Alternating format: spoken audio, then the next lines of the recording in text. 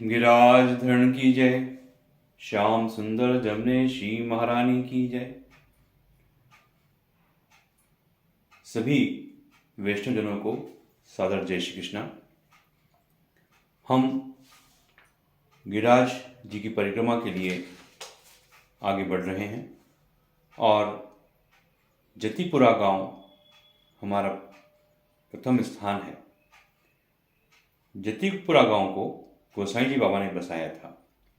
पहले इसका नाम गोपाल था, लेकिन बाद में गिरधारी जी ने जति के स्वरूप में रहने के कारण इसका नाम जतिपुरा पड़ा।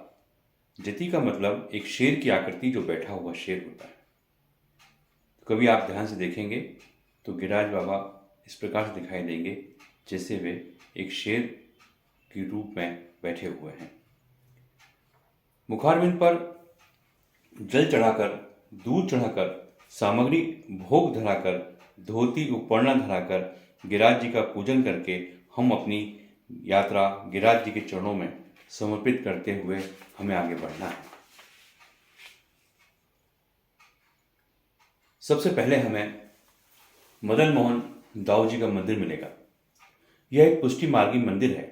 इसमें प्रवेश के लिए आगे का द्वार चौक से है और पिछला द्वार मुखारविंद के सामने से है।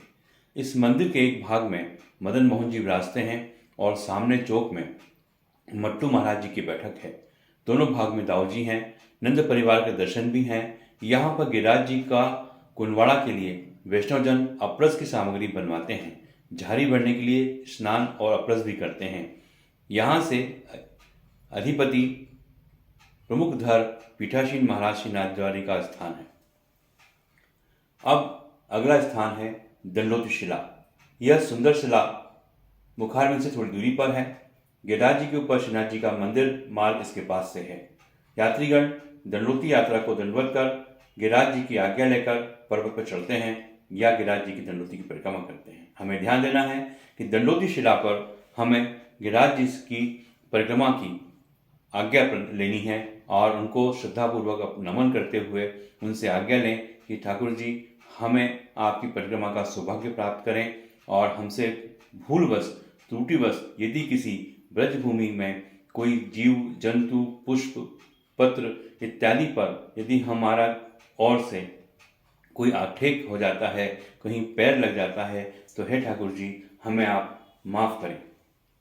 ये दंडोती शिला 7 परिक्रमा कोष के भाव से हम करते हैं। हम इस दंडोती शिला के भी 7 परिक्रमा करते हैं, यह मानते हुए कि एक परिक्रमा 1 कोष की होती है। इस प्रकार हमें यहाँ 7 परिक्रमा करने हैं। अगला आएगा श्री गोसाई जी के रामदास विरत ब्राह्मण को नाम देने वाली दंडोती शिला। आगे बैठकर 6 माह तक उन्होंने अष्टाक्षर मंत्र की आज्ञा ली थी, तब जाकर उन्होंने यहाँ पर अपनी लीला रची थी। आगे आएगा श्रीनाथ जी का मंदिर। यह मंदिर जतिपुरा और अन्योर गांव के बीच गिरिराज जी के ऊपर है। दंडोती शिला के ऊपर उससे जाने का रास्ता है। हालांकि हम ऊपर जाने की आज्ञा प्राप्त नहीं करते हैं, इसलिए हम ऊपर नहीं जाएंगे। हम यहीं से खड़े होकर, दंडोती शिला के पास से खड़े होकर ऊपर जो श्रीनाथ जी का मंदिर है वहाँ हम दंडोत करेंगे, प्रणाम करेंगे। वहीं पास में गिरिराज जी की बैठक भी है। श्रीनाथ जी के मंदिर के अंदर ही महाप्रभु जी की 15वीं बैठक है। यहाँ पर सेवा का अवकाश में महाप्रभु जी विराजते थे और भगवती जी के 2 पारायण किए थे। यहाँ की बैठक गुप्त है, अतः अनेक भगवतवादियों के अनुसार यहाँ झारी नहीं भरी जाती। आगे मिलते हैं दंडोती शिला के ठीक सामने मथुराधीश का मंदिर है। यह प्रथम घर के स्वरूप में यहाँ मथुराधीश जी विराजते हैं। आगे देखते हैं गोसाई जी की बैठक। मथुराधीश के मंदिर के पास ही गोसाई जी की 7वीं बैठक है। 7वीं बैठक के उपरांत हम दर्शन करते हुए, प्रणाम करते हुए, दंडोत करते हुए आगे बढ़ते हैं और एक गिरिराज जी की बैठक की ओर पहुँचते हैं। मथुराधीश के मंदिर के आगे ही गिरिराज जी की दूसरी बैठक है। गोसाई जी की बैठक के पास ही यह बैठक है। यहाँ पर विराज कर नित्य पाठ किया करते थे गोसाई जी बाबा। यहीं गली में से बाहर निकलकर थोड़ा आगे बढ़ते हुए जब हम आगे बढ़ते हैं और वहाँ पर हमें दर्शन होते हैं गिरिराज बाबा के। सूर्य कुंड की ओर हम पहुँचते हैं तो सूर्य कुंड जो है यह परिक्रमा मार्ग के बाईं ओर कुछ अंदर गोपेश्वर मंदिर के पास है। यहाँ से केवल हम अपने जब मार्ग में निकलेंगे तो हम दूर से यहाँ का दर्शन करेंगे। यहाँ हमको प्रणाम करते हुए आगे बढ़ते हैं। सूर्य कुंड की परिक्रमा में दाईं ओर कुछ अंदर गोपेश्वर का मंदिर है। यह स्थान भी हमें दूर से दिखाई देगा, हमें दूर से ही वहाँ पर प्रणाम करना है। बिच्छू कुंड जो है बस अब आने ही वाला है। यह जो है खिन्नी आश्रम के पास बाईं ओर की तरफ जो पगडंडी है, यहाँ पर हम बिच्छू कुंड के दर्शन करते हैं। जब तक बिच्छू कुंड आएगा हम लगभग आधे से किलोमीटर अधिक की यात्रा कर चुके होंगे। यहाँ पर कृष्णदास जी की स्थली भी है। तो अष्टछाप के कवियों में से एक कवि थे कृष्णदास जी। ये महाप्रभु जी के सेवक थे और श्रीनाथ जी के मंदिर के अधिकारी भी थे। तो बिच्छू कुंड के पास इनका एक स्थान है। हम श्री कृष्णदास जी की स्थली को यहीं से प्रणाम करते हैं। इसके आगे थोड़ा चलने पर हमें जान अजान वृक्ष दिखाई देंगे। परिक्रमा मार्ग की दाईं ओर एक कच्चा ओटला है। यहाँ जान अजाम नाम के 2 वृक्ष हैं। कहते हैं कि महारास में श्री कृष्ण अंतर्ध्यान हो गए थे, तब गोपियों ने इन दोनों वृक्षों से श्री कृष्ण किधर गए हैं ऐसा पूछा, तो उन वृक्ष ने हाँ कहा, इसके लिए उसका नाम जान है। और दूसरे वृक्ष ने जानबूझकर नहीं कहा, इसलिए उसका नाम अजान है। तो हम जान अजान वृक्षों को, इस ओटले को भी यहाँ से प्रणाम करते हैं और आगे की ओर बढ़ते हैं। आगे हम पहुँचते हैं अब उद्धव कुंड की ओर। उद्धव कुंड के पीछे कुसुम सरोवर है और यहाँ जाने का रास्ता फिलहाल नहीं है, इसलिए हम उनको यहीं से प्रणाम करेंगे। कुसुम सरोवर तक का जो स्थान है वो उद्धव जी का स्थान कहलाता हुआ है। कुसुम सरोवर परिक्रमा मार्ग के आगे एक लंबा रास्ता है। इस मार्ग से आगे राधा कुंड गांव के बाद कुसुम सरोवर आता है। कुसुम सरोवर हम जब पहुंचेंगे तो कुसुम सरोवर की वार्ता और आगे बताते हैं। आगे हम देखते हैं, अब आते हैं हम राधा कुंड। वृंदावन से आगे मार्ग जो राधा कुंड के पास अंतिम छोर पर है और यहाँ पर राधा जी ने एक कुंड बनाया था। मैं कभी बाद में बताऊंगा राधा जी कुंड क्यों बना हुआ था। अब हम आगे बढ़ते हैं, जहाँ पर हम दर्शन करेंगे राधा कुंड, ललिता कुंड, कंगन कुंड, राधा कुंड, ये सारे कुंड की वार्ता हम कभी समय निकलेगा तो बतलाएंगे। अब हम देखते हैं गिरिराज जी का जीव का मंदिर। भगवान गिरिराज जी के पूरा स्वरूप वहाँ विराजा हुआ है। हम आगे मुखारविंद देख से निकले हैं। अब हम उनके जीव के दर्शन करेंगे, फिर कान के करेंगे, फिर मुकुट के करेंगे। आगे जो सब स्थान रास्ते में पढ़ते जाएंगे। यह मंदिर जो है राधा कुंड के बाद ललिता कुंड के पहले आता है। राम चबूतरे के पास में इसका मार्ग है और राम चबूतरा हम दूर से देख पाएंगे और यहीं से हम उनकी जीवा मंदिर को प्रणाम करेंगे। आगे हम देखते हैं गोपी कुंड। ललिता जी कुंड के ठीक बाईं ओर गोपी कुंड आता है। यहाँ पर काफ़ी वार्ताएं हैं, मैं कभी बाद में समय निकलेगा तो बताऊंगा। वैसे वहाँ पे एक पत्थर लगा हुआ है जिस पर इस कुंड के बारे में कुछ वर्णन बताया हुआ है। जब हम वहाँ पहुँचेंगे तो आप उस पत्थर पर लिखी हुई इबारतों को ध्यान से पढ़ेंगे तो हम वहाँ पहुँच जाएंगे। आता है कृष्ण कुंड। कृष्ण कुंड के बारे में मैं बता देता हूँ कि दैहिक अपराध का पापी ठहराया गया था ठाकुर जी को। तो समस्त तीर्थों में स्नान करने का कहा गया। तब भगवान श्री कृष्ण ने कहा कि मैं व्रत छोड़कर कहीं नहीं जा सकता, इसलिए मैं सभी प्रकार के तीर्थों में स्नान करने की जो वार्ता की है, तो यहाँ एक कुंड बना देता हूँ जिसमें सभी प्रकार की जो विश्व में, भारतवर्ष में जितनी भी पवित्र नदियाँ हैं उन सभी का समागम इस स्थान पर होगा और वहाँ वो कहलाएगा कृष्ण कुंड। तो आज हम जो कृष्ण कुंड को देख रहे हैं, इस कृष्ण कुंड में ठाकुर जी ने अपनी वेणुका से एक कुंड खोदा था और उस कुंड में पूरे भारतवर्ष की पवित्र नदियों का जल का समावेश हुआ है। इसलिए इसके बाद ठाकुर जी ने इसमें स्नान किया और दैहिक अपराध का जो उनको दोष ठहराया गया था, उस दोष से वो मुक्ति हो गई है। इसलिए इस कृष्ण कुंड को भी हम दंडवत प्रणाम करते हैं। आगे चलते हुए पहुंचते हैं महाप्रभु जी की बैठक है। यहाँ महाप्रभु जी की जो बैठक है वो कृष्ण कुंड के बाईं ओर की ओर है। यहाँ पर महाप्रभु जी का 9वीं बैठक है। निकट ही हम देखते हैं कि यहाँ पर गोसाई जी की 4थी और गोकुल नाथ जी की 3री बैठक है। तीनों बैठकों को हम प्रणाम करते हैं। महाप्रभु जी की बैठक, यहाँ पे बहुत ही सुंदर दर्शन होते हैं महाप्रभु जी के। और पास ही में एक किलोल कुंड दिखाई देगा।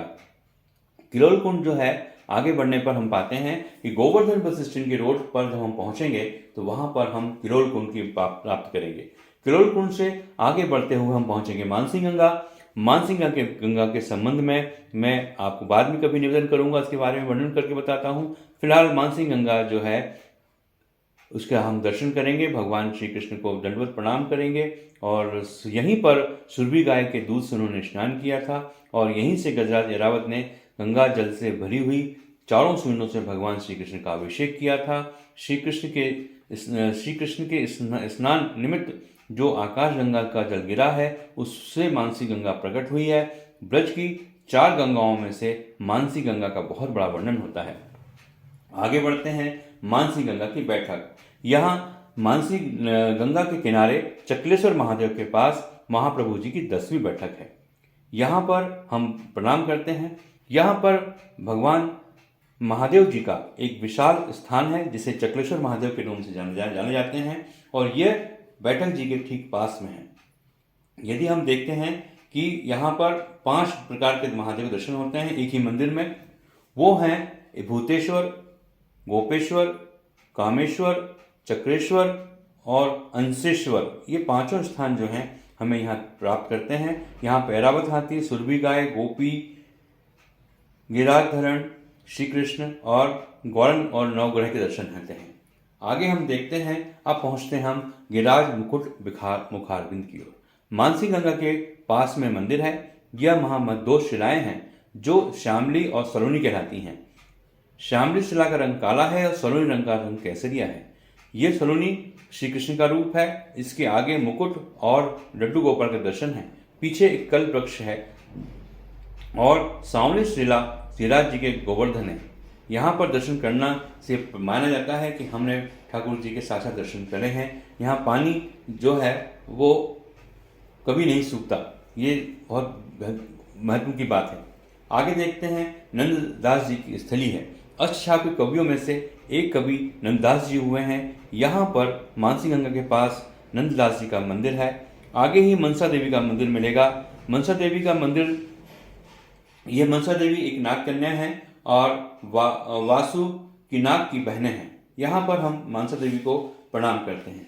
यहाँ आगे बढ़ते हुए हम देखते हैं कि मनसा देवी के पास जो शिला है वो शिला के जो हम दर्शन करते हैं तो वह एक शेर स्वरूप दर्शन हमें होते हैं कि शेर का चेहरा मुख दिखाई देता है। वहाँ के दर्शन करते हैं।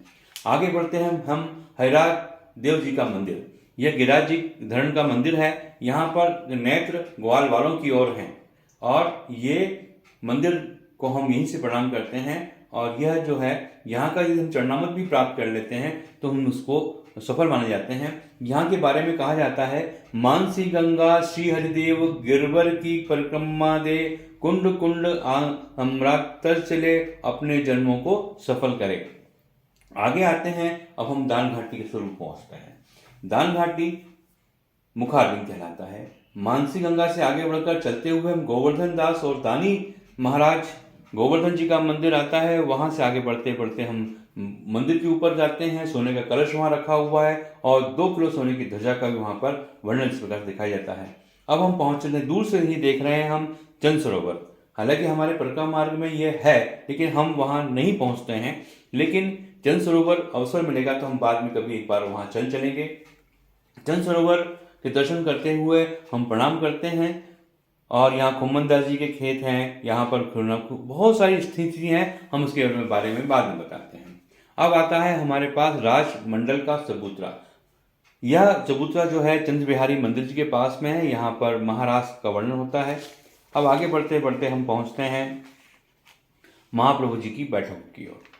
तो इस प्रकार से हम जब गिरिराज बाबा के यहाँ से पहुँचते हैं तो फिर पहुँचते हुए महाप्रभु जी की बैठक में पहुँचेंगे। महाप्रभु जी की बैठक, फिर गोसाई जी की बैठक आएगा, गोकुलनाथ जी की बैठक, फिर सूरदास जी की बैठक, गोकुलनाथ जी, अन्योर आते आते हम जब पहुँचेंगे, क्योंकि ये चंद सरोवर के पास में सूरदास जी की बैठक, गोकुलनाथ जी की बैठक, गोसाई जी की बैठक, हम इसके बारे में बाद में इसका वर्णन करते हैं और आगे बढ़ते हुए आगे पहुँचते हैं। यहाँ पर हम पहुँचते हैं साधु पांडे जी की घर। वहाँ महाप्रभु जी की बैठक है। हमारे व्यक्तिगत काफ़ी संबंध हैं। वहाँ की मुखिया जी हैं, हम उनको दंडोत प्रणाम करेंगे, वहाँ उनका जल ग्रहण करेंगे, उनसे आशीर्वाद प्राप्त करते हुए फिर आगे बढ़ते हैं। यहाँ पर पांडे परिवार के घर में चौतरा पर विराजते थे गोवर्धन दास जी, और गिरिराज जी के ऊपर गोवर्धन नाथ जी की साधु पांडे की बैठक में पांडे परिवार की बेटी नारो का प्रसंग हम मुखियान जी से सुनेंगे। इसलिए अब आगे बढ़ते हैं, और आगे बढ़कर हम देखते हैं संकर्षण दाऊ जी का मंदिर। यह मंदिर साधु पांडे के घर से कुछ आगे है और जो थोक मोहल्ले में कहलाता है। यहाँ संकर्षण जी का जो है प्रकाट स्वरूप उत्पन्न हुआ है। गोवर्धन दास जी के ये बड़े भाई हैं, अतः इनका प्रकाट भी इससे पहले हुआ था। अन्योर में दाऊ जी के स्वरूप की गणना ब्रज के प्रमुख दाऊ जी के चरणों के रूप में उनको हम पाते हैं। संकर्षण कुंड गिरिराज जी की परिक्रमा के आगे हम बढ़ते हैं तो संकर्षण कुंड हमें दिखाई देता है। हम संकर्षण कुंड को दूर से प्रणाम करते हैं। खुमनदास जी के भी की समाधि स्थल जो है संकर्षण कुंड के आगे ब्राह्मण मोहल्ले के नीम के वृक्ष के नीचे है। अष्टसखा के कवियों में खुमनदास जी का काफी नाम है। आगे चलते हैं, श्रीनाथ जी का मंदिर हमें वहां से दिखाई देगा, वहां से हमको प्रणाम करते हैं। आगे बढ़ते हुए हम गोविंद कुंड पहुंचते हैं। गोविंद कुंड जो है महाप्रभु के सेवक जगत नंदन जी ने इस संबंध में कहा था, सुरभि सुरपित संग लिए निरख कृष्ण मुख नंद, कियो राज अभिषेक यहाँ तजो कुंड गोविंद। तो गोविंद कुंड जो है बड़े बड़े पापों को हरने वाला और पावन तीर्थ माना जाता है। गोसाई जी बाबा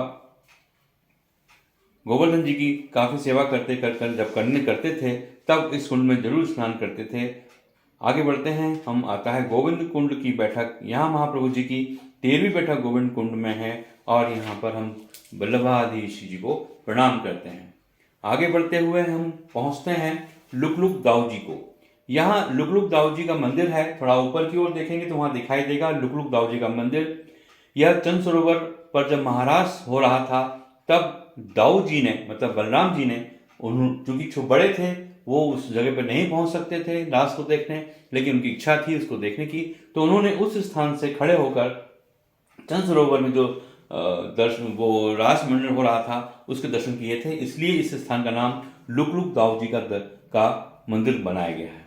आगे देखते हैं नवल कुंड और अप्सरा कुंड। ये दोनों कुंड जो हैं, अप्सरा कुंड इसलिए इसका नाम पड़ा कि यहाँ पर सर्वशाही अप्सराओं ने दर्शन किया था और यहाँ इस समय इंद्रनील जी ने ठाकुर जी का अभिषेक किया हुआ था, इसलिए यहाँ पर इसको नवल कुंड भी कहा जाता है। अब हम पहुँचते हैं पूछरी की लोटा की ओर। पूछरी का लोटा जो है एक पूछरी गांव का नाम है और वहाँ पर एक ग्वाले का नाम था लोठा, तो वो पूछरी का लोटा है। और श्री कृष्ण जब चंद सरोवर में महाराज के समय अंतर्ध्यान हो गए थे तब गोपियां उन्हें खोजती हुई यहाँ पर आई थीं। तो गोपियों ने एक दूसरे से पूछा कि यहाँ रहने वाले लोटा ग्वाल से पूछ कि श्री कृष्ण किधर गए, इसलिए इस गांव का नाम हुआ पूछरी। पूछरी लोटा मतलब लोटा जो ग्वाल है उनसे पूछ लो। तो ये गिरिराज जी के जो स्वरूप हैं उस स्वरूप में यहाँ विराजते हैं और भगवान श्री कृष्ण के परम मित्र होने के कारण इनका भी यह बहुत बड़ा स्थान है।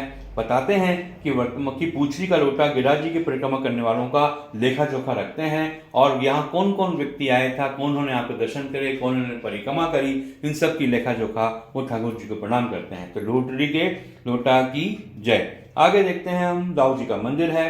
तो पूछरी लोटा के पास में जो कच्चा परिक्रमा मार्ग है वहां पर दाऊ जी का और रेवती जी का एक मंदिर है। आगे आते हैं अप्सरा विहार का मंदिर। यह अप्सरा कुंड के किनारे है और इसमें युगल स्वरूप भगवान श्री कृष्ण के दर्शन होते हैं। छीत स्वामी का भी स्थान यहाँ पर है। अष्ट शाखाओं में से एक शाखा थे छीत स्वामी जो गोसाई जी बाबा के सेवक थे, उनका भी यहाँ पर एक स्थान है। इसलिए हम यहाँ को दूर से दर्शन करते हुए यहाँ से निकलते हैं और अब प्रवेश करते हैं यहाँ से अंदर गिरिराज जी की तलहटी में जाने का यहाँ से रास्ता है। आगे श्रीनाथ जी का मंदिर मिलता है गिरिराज जी के ऊपर। जो दर्शन हमने पहले किए थे अब दर्शन यहाँ से भी हमें होंगे। हम दूर से ही यहाँ से मंदिर श्रीनाथ जी के मंदिर का दर्शन करते हुए वापस आगे पहुँचते हैं। अब आते हैं रामदास चौहान की गुफा। रामदास बाबा जो हैं वो भजन किया करते थे और श्रीनाथ जी बाबा के प्रबल सेवकों में से एक थे और यहाँ पर एक गुफा में वो रहकर भजन करते थे। तो रामदास बाबा की गुफा को हम दूर से प्रणाम करते हैं। आगे देखते हैं 56 भोग की स्थली। यहाँ पर इंद्र का जो पूजा हुई थी, वहाँ का मुखारविंद है। यह इंद्र शरणागत स्त्री के स्थल है और यहाँ पर